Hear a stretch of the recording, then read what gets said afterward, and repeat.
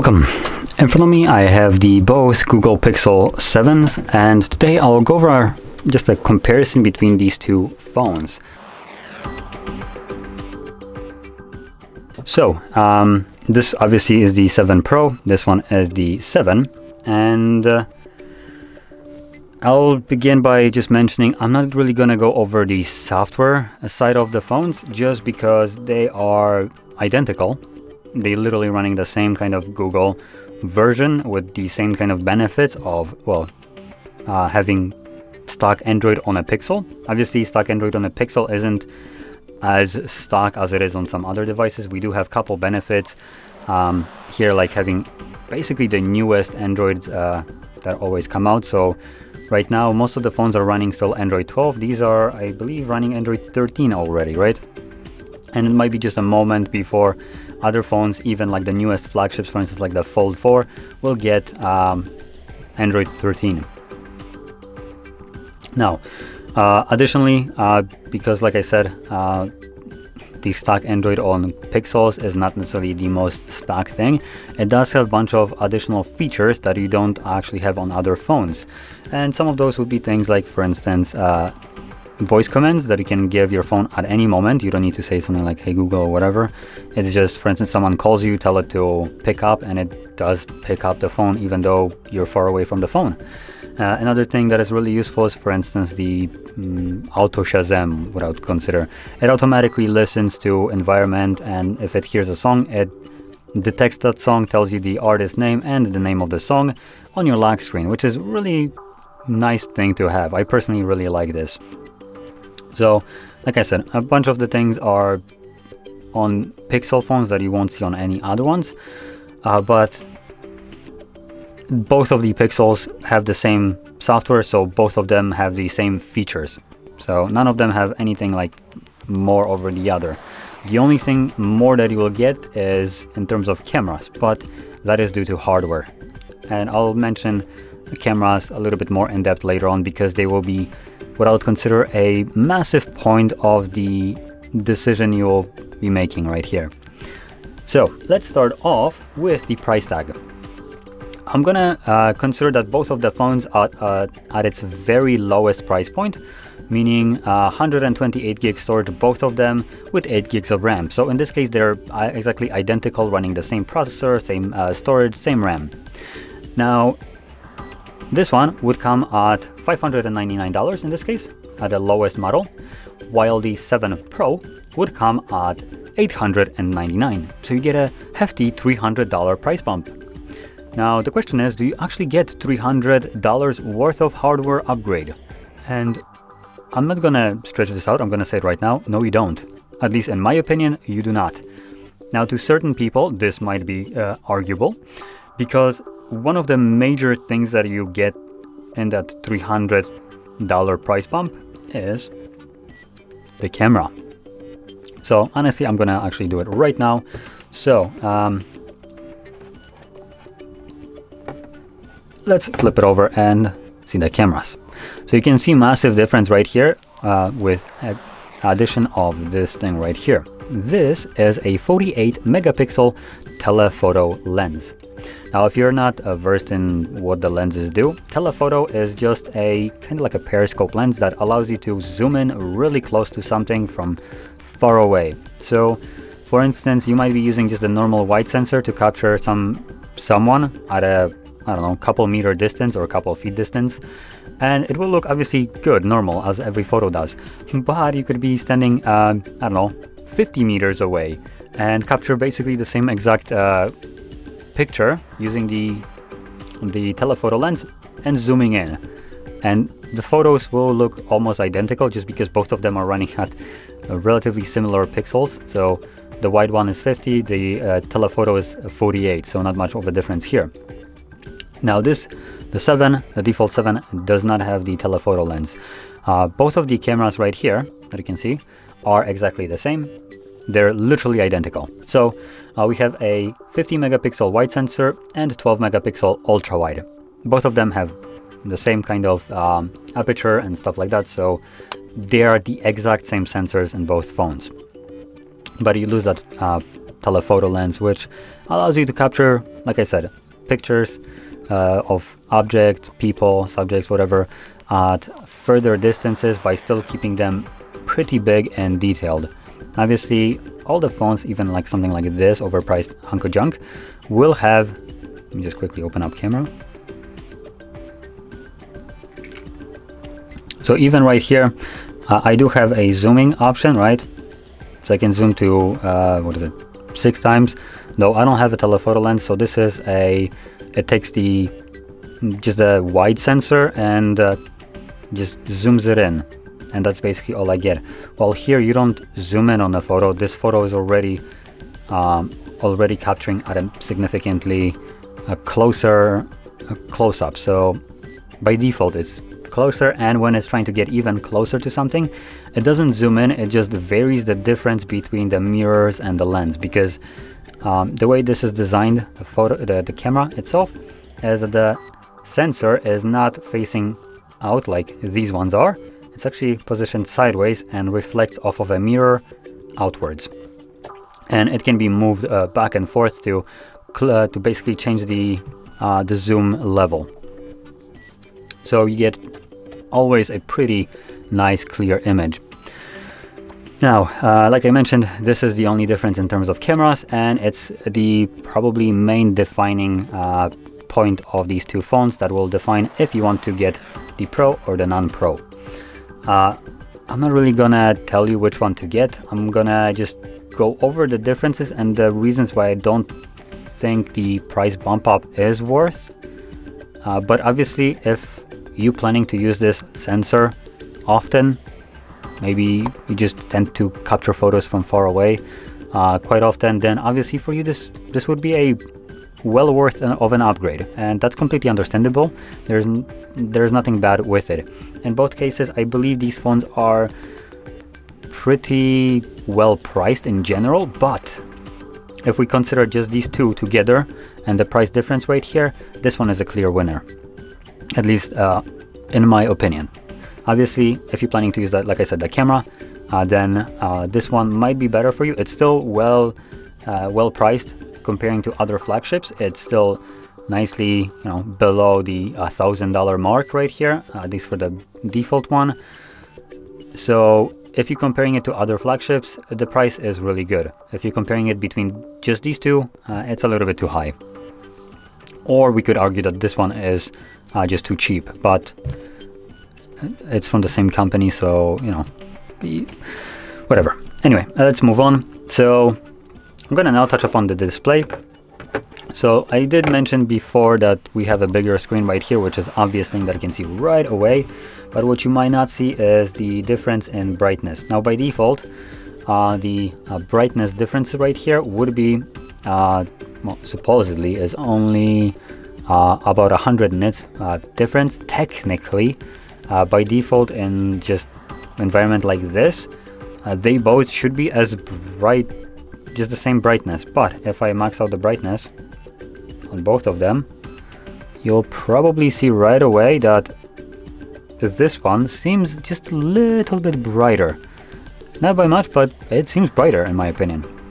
And I don't have any kind of tools to check exactly if the actual white background right here is brighter than this background right here. Now the reason why I'm kind of circling these areas is because the notifications areas are the brighter points. This is more kind of like pinkish color. This one, I guess, just different one, but they have different hues. And if I lower the brightness, you'll be able to see this. So you can see now that we do have an outline right here. So this is purely white, while here we have like this pinkish color, and same goes for notifications right here. So brightness level, I believe it's brighter just by default, even though both of them advertised as 1000 nits. They do peak at 1400 nits, 1500 nits, so just 100 nits brightness increase.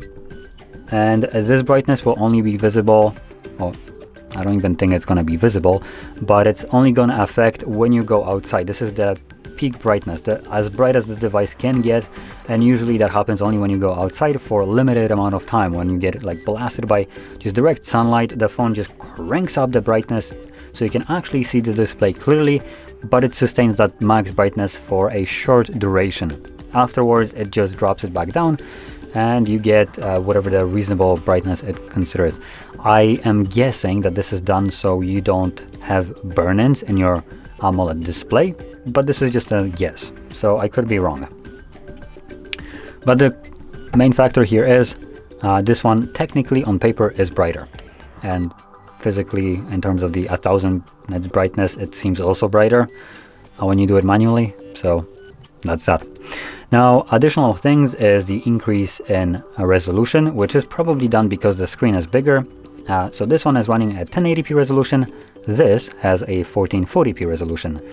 Now, because of this bump up in resolution, we're looking at a different pixels per inch. So quite a hefty bump in pixels per inch, being at 416 right here. So if you take an inch by inch square, you will have a count of 416 pixels in that area.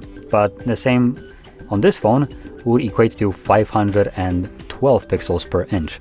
So nearly 100 pixels more in a single inch by inch square. And even though this seems impressive, considering this is quite a significant bump up, you won't see this almost at all.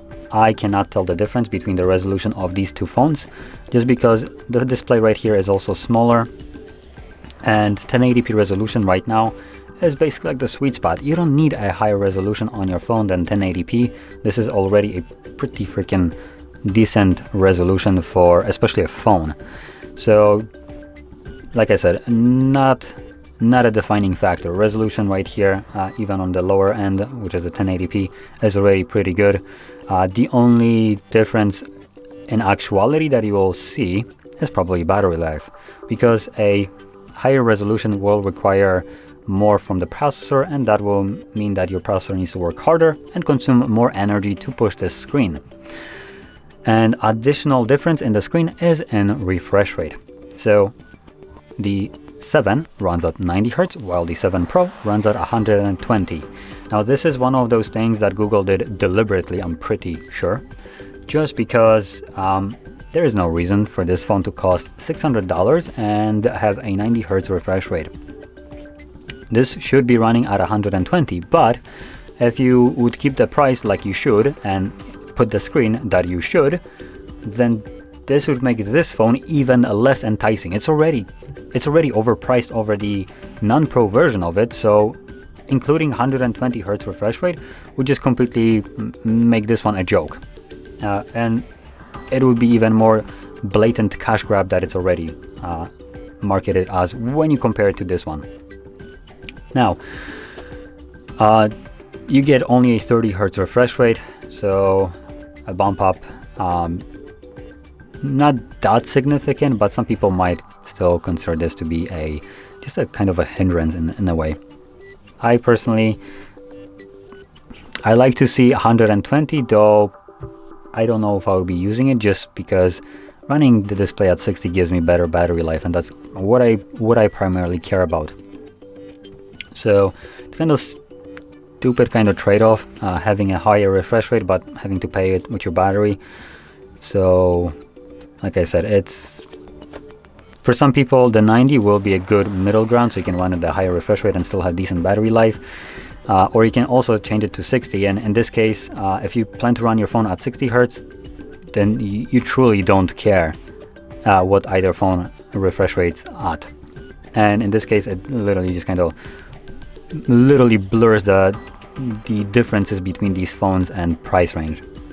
So now that we got the actual display out of the way, I'm gonna touch upon just a couple differences which also have versions to them. So storage, like I started at the beginning, I'm just talking about the default storages right here, which is 128, but I will mention that both of these phones have different storages, and I'm gonna also mention the price bumps of them. So the non-pro version small one, starts with 128 gig storage at $599, and then you can get double storage, 256, at $699.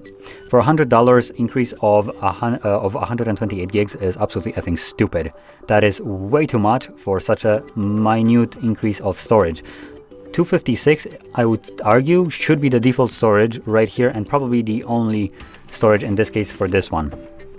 And it should be starting at, in this case, at 5 or maybe $699, and remove the other one. I will be fine, but seeing the increase of storage, 128 gigs of storage more for $100 is just, it's an insult. And just to kind of also clarify this, you can get an SD card, which you won't be able to use in here for obvious reasons, because they want you to spend more. You could get an SD card of 128 gigs for $25. Now let that sink in.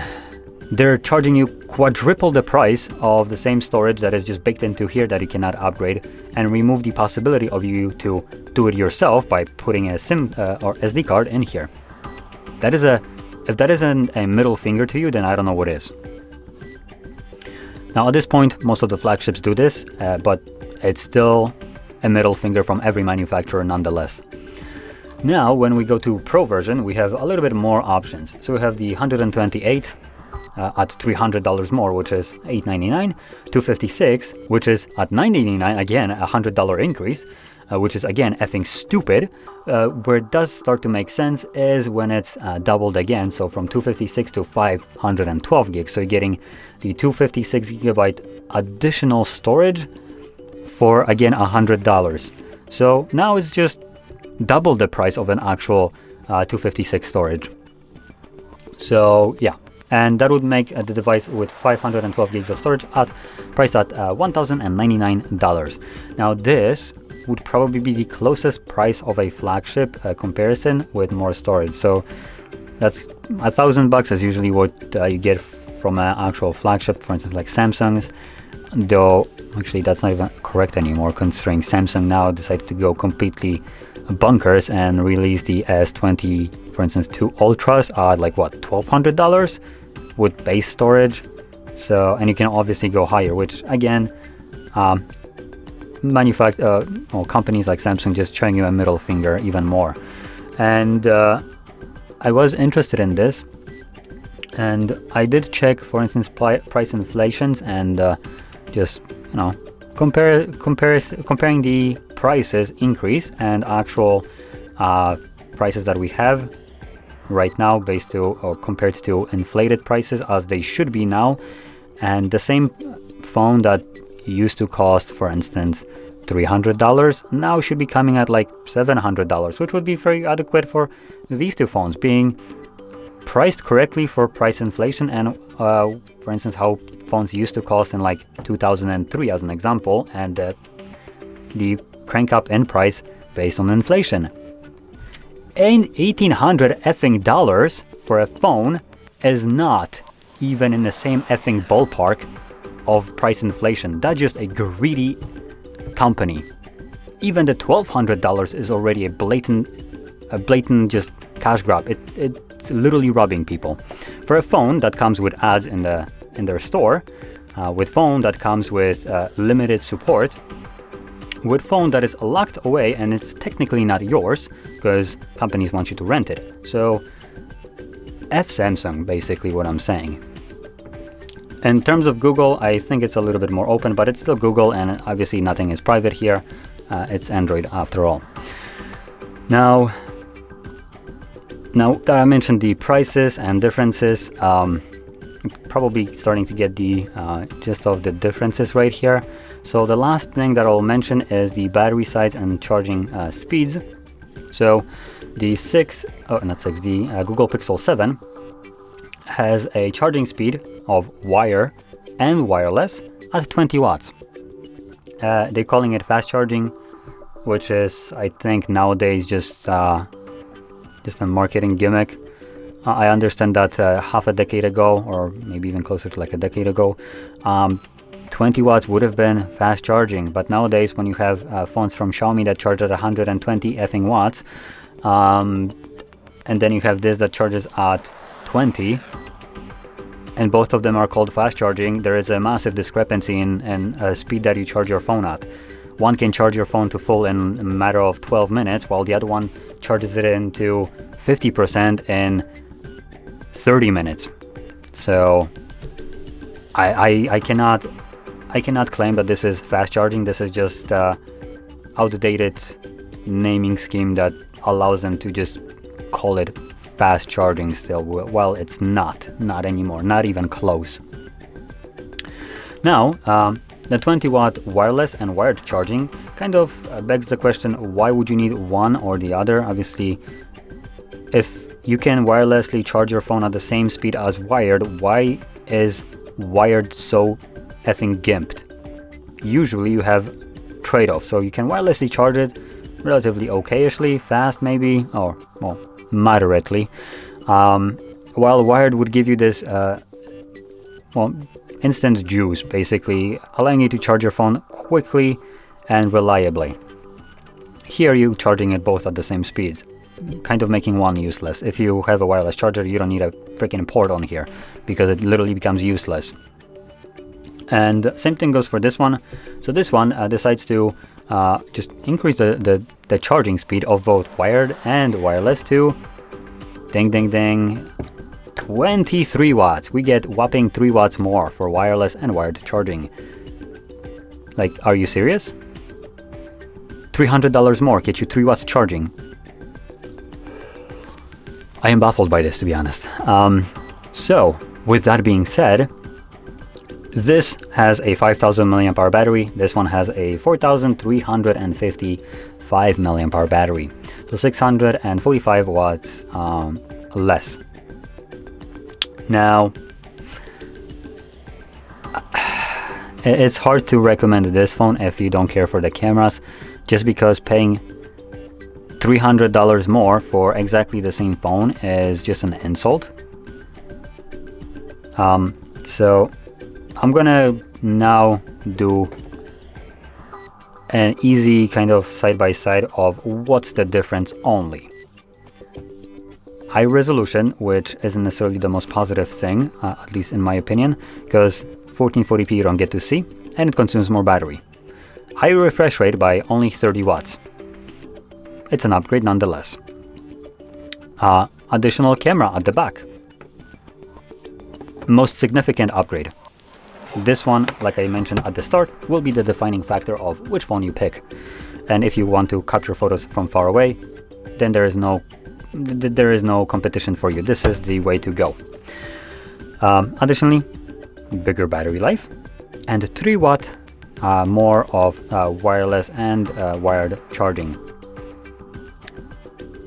and just a bigger device slash display, and that's it. Now, if we just take the usability of this camera, the telephoto, which allows you to capture photos from far away, you get massively inflated price of a phone that you don't get to, that isn't worth it. Even with this camera, I don't think price bump of $300 is worth just a single camera, because I'll be completely honest, I'm pretty sure it would have been more cost effective for Google if, for instance, they utilized the same display, the same wireless charging, because now they need to manufacture 2 different ones and service and repair, produce 2 different wireless charging speeds. Or maybe they just limit it, but in this case they both costed them the same. But in this case, anyway, we have 2 different kind of specs that are like almost not different in any kind of way. So would have been more cost effective if they included the same one and give you, for instance, the 23 watt charging right here, wired and wireless. But if they went the cost effective way for themselves, this phone would be most significantly be a better alternative over this one, because at that point the only difference there would have been the size of the screen and the camera. And $300 for already the differences that they already have is egregious. If we even out some of the things that would have been more cost effective and probably more friendly to our environment, then, well, this phone just kind of falls off even further from this one. Now, with that being said, there is one massive thing that I've been kind of just not mentioning. I've been comparing these phones to each other, and the price difference between each other is egregious. I don't think it's worth it. But if, for instance, Pixel didn't make 7 and you have just the 7 Pro with the specs that it has right now, and let's just take another phone that is a flagship. Let's even say that this is coming at the same price, right? So this is a phone that costs double, literally double. If we compare these two phones, now the price here starts to be much more competitive. So for a phone that gives you outstanding camera, because this is Pixel, it's one of their main key selling points, camera quality and photos. You're getting an outstanding photo quality, you get really decent display, high refresh rate, high resolution, charging is shit, I'm not gonna sugarcoat it. But you get a bunch of the features like under display fingerprint sensor, wireless charging, telephoto camera, and obviously probably one of the better parts is a stock Android, which comes with no bloatware whatsoever and only includes things that Google themselves decided to implement into their phone to make it even better as a Android, which possibly could show up on other phones, for instance like this, later on down the line, though it's not guaranteed. Then this phone becomes a much different kind of argument right here. It fits, well, it technically goes below the price of other flagships, even if we take something like a Galaxy S22 Ultra or just even a normal one, and it undercuts the price while arguably performing probably better. And in this case, this is the clear winner. If we add again our 7, these phones are weirdly priced between each other. If this one would have been more expensive as an example, then it would be a better argument which one might be worth a little bit more, or if this one was cheaper. But like I said, the Pro already undercuts competition, and this one, if not for the camera, is a better choice value for money. So like I'm saying, they're just weirdly priced only between each other. When you remove one of them out of the picture and just consider that only one exists and compare it to anything other on the market, then that phone probably becomes the winner. If we remove the Pro, same thing goes for this one.